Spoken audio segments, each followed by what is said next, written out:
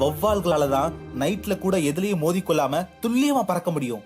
ஏன்னா வௌவால்கள் பறக்கும்போது தொண்டையில இருந்து ஒரு ஒலியை வெளிப்படுத்தும். அந்த சவுண்ட் ஒரு பொருளை எதிரொலித்து திரும்புற சவுண்டுக்கு இடையே உள்ள நேர வித்தியாசத்தை உணர்ந்து தடை இருக்கும் இடத்தை அறிந்து அதுல மோதாம சாமர்த்தியமா பறக்குது வௌவால்கள்.